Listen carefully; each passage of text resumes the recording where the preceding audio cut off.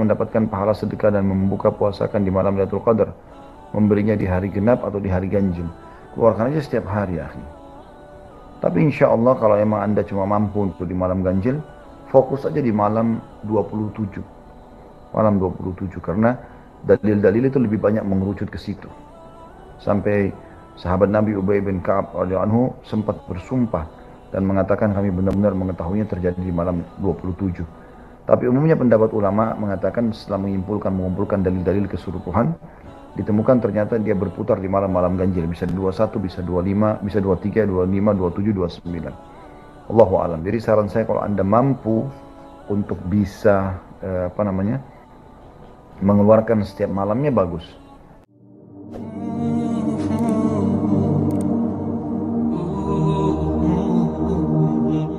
Insya Allah saya akan mulai baca pertanyaan yang sudah masuk.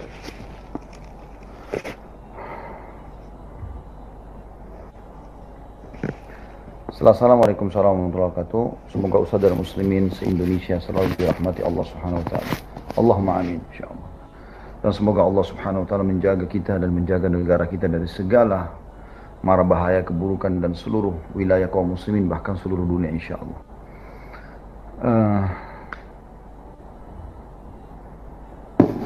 Kapan waktu bayar fidyah? Dan apakah ada batasan orang yang hendak dapat fidyah? Jazakallah khair. Kalau yang saya tahu dikeluarkan di pagi hari raya Idul Fitri, batasnya sampai sebelum sholat Id. Ya. Di dalam hadis Nabi SAW yang sahih, siapa yang ingin mengeluarkan zakat, maksudnya zakat fitrah, maka sebagian dia keluarkan di waktu pagi hari Idul Adha atau Idul Fitri sebelum sholat, dan siapa yang menunaikan setelah sholat maka itu adalah sedekah secara umum. Dan sebagian ulama mengambil atau mengeluarkan fatwa tentang bolehnya seseorang mengeluarkan, apalagi di masa pandemi seperti sekarang ya, dibolehkan dia mengeluarkan lebih cepat agar bisa berbagi kepada orang-orang yang membutuhkannya. Allahu a'lam. Kalau orang yang menerimanya sebenarnya tadi itu. Jadi kalau kita harus keluarkan sebelum sholat Idul Fitri, maka kita keluarkan ke satu lembaga misalnya, dan biasanya sih di Indonesia ini disosialisasikan itu di malam hari, malam lebaran ya, itu yang saya tahu. Assalamualaikum warahmatullahi wabarakatuh. Apakah membeli emas melalui marketplace dan dikirim melalui ojol itu riba?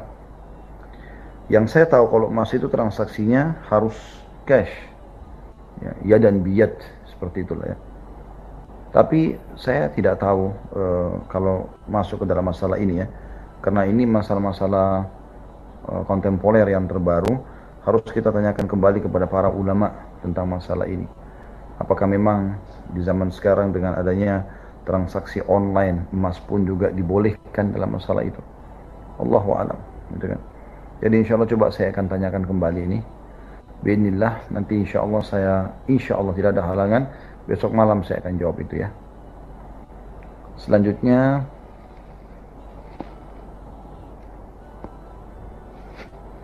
Ustaz, jodoh itu takdir yang bisa dirubah atau memang sudah tercatat? Sebenarnya jodoh itu mirip dengan Anda memilih makanan ya. Takdir Allah SWT semuanya tidak bisa lepas dari takdir Allah SWT. Hanya saja teman-teman sekalian, makan, minum, pakaian, ya, menikah, yang saya tahu ya, itu adalah pilihan kita. Misal saya punya pilihan A, B, C, kemudian saya coba untuk memilih si A, maka dengan memilih si A berarti secara otomatis ya, saya telah menunjuk itu, dan Allah Subhanahu wa taala tentukan sebagai takdir saya. Karena keluasan ilmu Allah, Allah sudah tahu pada detik itu, di waktu itu saya akan pilih orang tersebut. Itu yang saya maksudkan. Ya. Jadi sebenarnya dia mirip dengan memilih makanan dan seterusnya, yang memang itu Allah Subhanahu wa taala mencatatkan sebagai takdirnya sesuai dengan keluasan ilmu Allah kalau dia akan memilih perbuatan tersebut. Allahu a'lam. Ustaz, apakah benar sedekah didahulukan untuk diri sendiri? Jika saya merasa kurang dan saya sedekah untuk diri sendiri, apakah boleh Ustaz? Apakah ada nilai pahalanya? Tentu saja, tentu saja. Itu hadis sahih, ya, di mana ada seseorang yang pernah bertanya kepada Nabi SAW mengatakan, ya Rasulullah, saya punya uang dirham. Siapa yang saya kasih duluan? Maksudnya siapa yang paling layak saya sedekahi? Maka kata Nabi SAW, dirimu dulu. Lalu saya masih punya ya Rasulullah. Kata Nabi SAW, anakmu. Lalu saya masih punya ya Rasulullah. Kata Nabi SAW, istrimu. Lalu saya masih punya ya Rasulullah. Kata Nabi SAW, pembantumu. Lalu orang itu mengatakan, saya masih punya lagi ya Rasulullah. Kata Nabi SAW, engkau lebih tahu setelah itu. Engkau lebih tahu setelah itu. Ya. Jadi memang kita kalau masih butuh, ya kita gunakan buat diri kita. Tetapi teman-teman, jangan kita sampai berhujah atau berargumentasi mengatakan, oh kalau kebutuhan saya kan tidak pernah tercukupi terus, selalu aja kurang. Anda harus bedakan mana kebutuhan, mana keinginan. Kalau kebutuhan itu artinya Anda tidak bisa hidup tanpanya, ya. Nah, tidak bisa hidup tanpa itu namanya kebutuhan, gitu kan.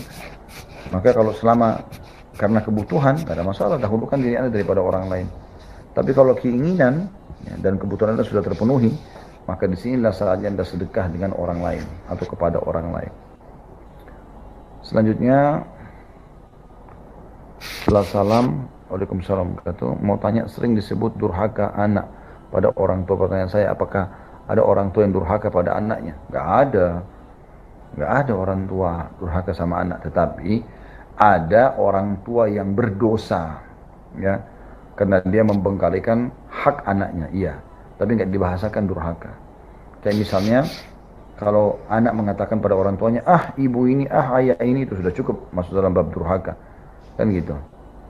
Tetapi kalau ya, orang tua kepada anak, kalau dia ngomong misalnya sesuatu, maka dan itu misalnya menegur, marah, ya, itu nggak pernah dalam bab durhaka. Sama sekali nggak ada. Ya. Saya tidak ada. Tetapi ada saja dosa yang bisa didapatkan orang tua karena dia membengkalikan hak-hak anaknya, yaitu iya. Allahu a'lam. Tapi tidak dibahasakan dengan durhaka, ya. Assalamualaikum warahmatullahi wabarakatuh. Bolehkah bertahan dengan suami mu'allaf yang sudah 5 tahun tapi masih belum mau sholat di luar rumah? Suami hanya mau sholat di rumah aja. Ustaz, kalau ditanya jawabnya nanti-nanti terus. Mungkin kalau yang Anda tanyakan bahwa saya ada yang saya katakan nanti saya jawab, ya itu memang karena saya tidak tahu, ya. Jadi ibu jangan memaksa saya untuk bisa menjawab semuanya. Pertanyaan saya manusia biasa. Dan saya tidak mungkin menjawab kalau saya ragu. Kalau sesuatu yang saya yakin insya Allah baru saya jawab. Dan itu ada maslahatnya kan kalau saya tunda.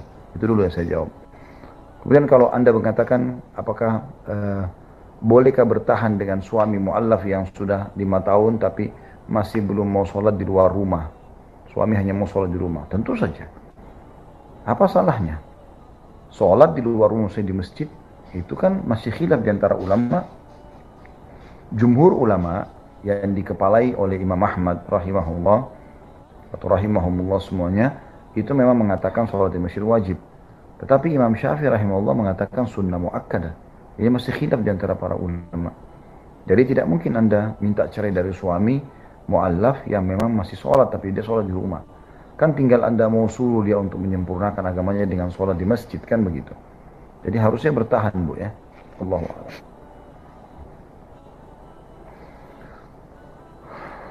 Setelah assalamualaikum warahmatullahi wabarakatuh, teman saya menjual mesin cetak kertas kepada saya. Lalu mesin tersebut disewa sendiri dengan teman saya. Setelah 3 tahun mesin itu mau dibeli lagi dengan teman saya. Apakah itu riba?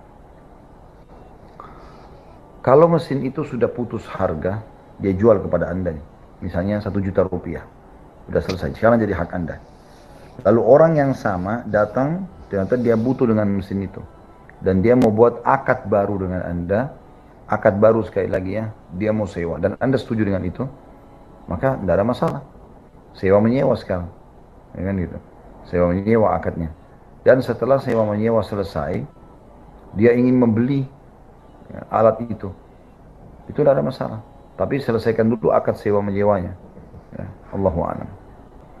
Assalamualaikum warahmatullahi wabarakatuh. Bagaimana hukumnya jika ortu tidak membayar utang puasa dan anak sudah memberitahu yang benar dan ortu masih sehat? Bolehkah anak membayar fidyah dan bagaimana Ustaz solusinya?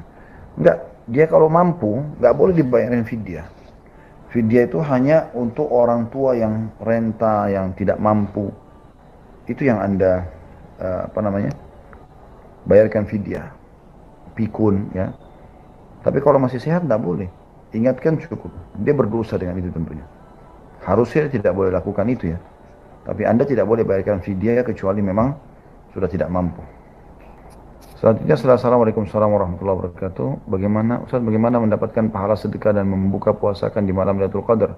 Memberinya di hari genap atau di hari ganjil? Keluarkan aja setiap hari, akhi. Tapi insya Allah kalau emang Anda cuma mampu untuk di malam ganjil, fokus aja di malam 27.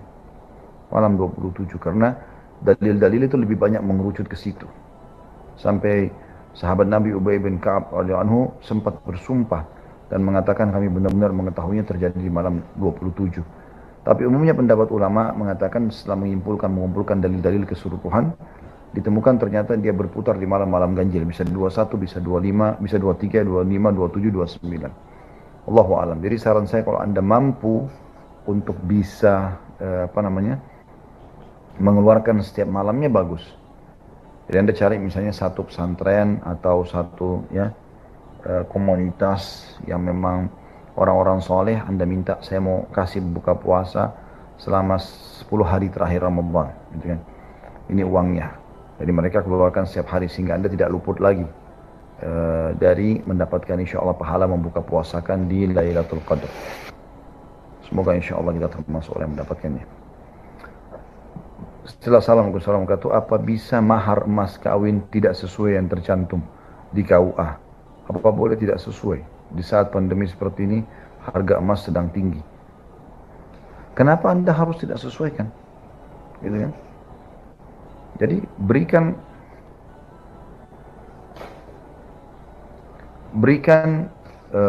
saja ya, sesuai dengan itu. Jadi kalau misalnya Anda niat 5 gram, ya 5 gram dikasih. Itu yang disampaikan, itu yang tertulis.